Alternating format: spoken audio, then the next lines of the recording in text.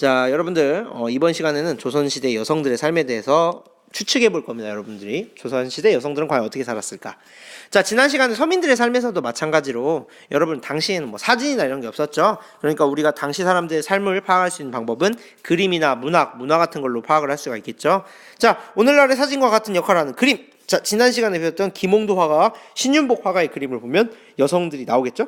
그럼 이 여성들의 그림 속의 모습을 보면서 여성들의 삶을 한번 추측해 보도록 하겠습니다. 자, 신윤복의 화가의 장옷 입은 여인. 자, 그림을 봐요. 당시 여성들이 어떻게 옷을 입고 다녔는지를 볼 수가 있는데요. 자, 이걸 보면서 여러분들이 생각해 볼 게 있는데, 선생님이 조선시대 당시의 사회적 통념이 뭐라 그랬죠? 성리학이라 그랬습니다. 자, 성리학은 바로 유교예요. 유교.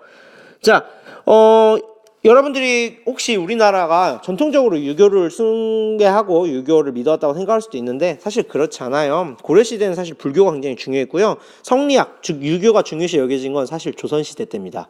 처음에 받아들여졌기 때문에 처음에는 자리 잡지 못하다가 조선 중기 이후로 유교 질서가 되게 확립되면서 유교가 사회에 팽배하게 됐어요. 자, 그렇게 됐는데 이 유교는 여러분 알고 있다시피 가부장적인 사상이에요. 즉 남자를 여성보다 더 높게 보는 그런 사상이라 이겁니다. 자, 그래서 여러분 의외로 조선 이전에 있던 고려 시대에는 여성들도 차별 없이 재산 상속을 받거나 제사를 지낼 수 있었대요. 또 결혼하다가 뭐 남편이 죽거나 이렇게 되면 재혼도 할 수 있었죠. 그런데 조선 전기까지 이게 이어졌었대요. 근데 조선 중기 이후에 유교 질서가 딱 확립되니까 이제 여성들이 그런 게 다 금지가 됩니다. 재산 상속도 안 되고 제사도 못 지내고 재혼도 할 수가 없게 되는 거죠. 자, 그래서 여성들에 대해서 여성들은 집에 있어야 되고 뭐 이런 여러분들 오늘날에도 조금 남아있는 여성 차별적인 문화들이 생겨나기 시작합니다. 자, 봐보세요. 자, 여러분들 요즘은 어때요? 여성들이 오늘날의 패션을 보면 여성들이 과감하게 자신을 드러내고 또 어떻게 보면은 자기의 뭐 피부 이런 것들이 잘 드러나기 그렇게 패션을 입죠. 근데 당시에는 이렇게 꽁꽁 싸맸어요. 자, 왜 그랬을지 바로 유교 사상과 연관돼서 한번 생각해 보는 게 여러분들이 수업 시간에 할 일이고요.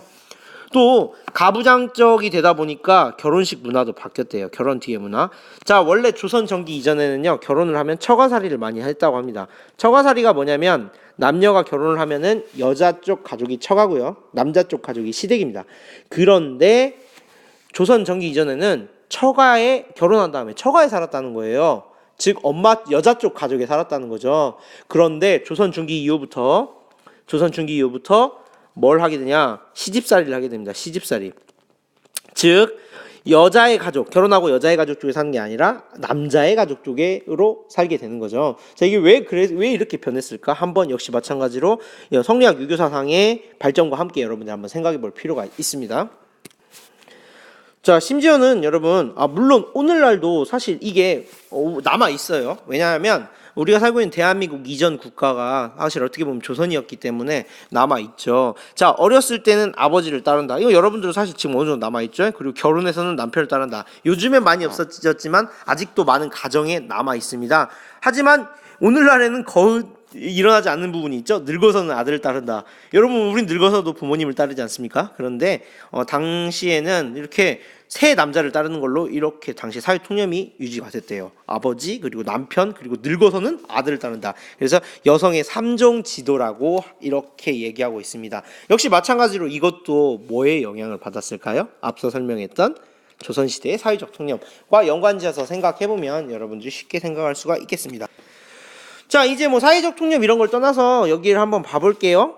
김홍도의 그림이나 뭐 여러 가지 그림을 보면요, 당시 여성들이 어떤 일을 했는지 알 수 있어요. 이거 딱 보면 뭐 하는 것 같아요? 그렇죠. 길쌈이라는 그림인데요.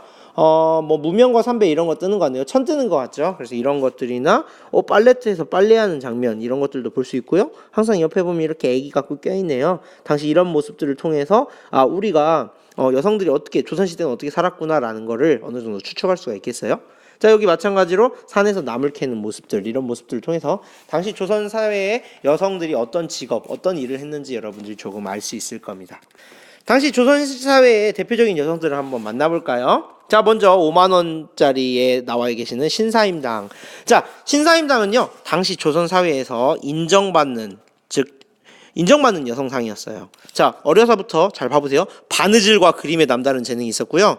꾸준한 교육을 받아 학식이 높았는데 자녀들을 훌륭하게 키웠어요. 그래서 여러분 알고 있는 율곡 이이는 조선시대에 뛰어난 학자로 존경받았는데 바로 이 율곡 이이의 어머님이 신사임당입니다. 자, 여기서 우리가 주의할 거는 당시에 인정받는 엄마였다고 그랬죠. 왜 인정받냐? 자녀들을 훌륭하게 키웠고 바느질을 잘했고 그림을 잘 그렸어요. 즉 당시에 인정받는 여성의 기준이 뭐였다는 거예요? 먼저 자녀들을 훌륭하게 키우고 바느질 그리고 그림 이런 것들이 바로 당시 여성들이 인정받는 길이었다는 거죠. 이와 대조적인 여성이 있습니다. 허난설원은요.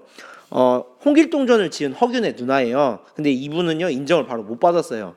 오히려 시기와 질투를 받았습니다. 왜 그러냐면은 어려서부터 글재주가 뛰어났어요. 글재주는 당시 어땠을까요? 여러분 유교의 느낌을 생각해보면 글재주는 어떻게 보면 남성들의 문화였고 남성들의 힘이었죠. 근데 여성이란 이유로 글을 잘 써도 높이 평가되지 못해서 굉장히 자신이 인정받지 못함을 비관하다가 젊은 나이에 세상을 떠났어요. 그래서 당신이 인정을 못 받았어요. 그래서 당신이 글재주가 뛰어나고 보통 글재주가 뛰어나면 말을 잘하겠죠. 그래서 이런 사람들은 당시 여성이지만 인정을 받지 못했구나. 그래서 당시 여성들이 어떤 여성들이 인정받고 어떤 여성들이 인정받지 못했는지를 보면 역시 마찬가지로 사회적 통념과 여성에 대한 사회의 이미지 이런 것들을 알 수가 있을 거예요. 자, 그리고 김만덕이라는 사람이 있는데요. 이 사람은 뭐냐면 상민이에요. 상민. 자, 사업가이자 사회활동가였는데 어려서부터 되게 어렵게 자랐어요. 근데 장사를 해갖고 큰 돈을 모았고요. 큰 돈을 모았는데 제주도가 흉년이 들어갖고 백성들이 굶게 됐는데 김만덕이 자기가 모은 돈으로 그 백성들에게 나눠줬습니다. 이 사람은 그래도 긍정적으로 서술되고 있어요. 역사에서. 근데 어쨌든 간에 중요한 건 뭐냐면 조선 중기 후기에는 여성들의 사회생활이 많이 제약이 됐었는데 이렇게 김만덕처럼 사회생활을 하는 사람들이 생겨나기도 했다라는 거 여러분들이 알아두면 좋겠습니다. 자, 그래서 오늘 선생님이 이 동영상 강의로 다 설명해 줄 건 아니고 했던 내용들을 잘 인지하고 수업 시간에는 내가 만약 당시에 신사임당이었다면 허난설연이었다면 이런 식으로 생각을 해보거나 또는 여러분이 오늘날이라면 과연 신사임당 같은 여성이 되고 싶은지 아니면 신사임당 같은 아내를 얻고 싶은지 아니면 허난설원 같은 여성이 되고 싶은지 또는 허난설원 같은 아내를 얻고 싶은지 그런 것들에 대해서 생각해 본 시간을 갖도록 하겠습니다. 다음 시간에 봐요.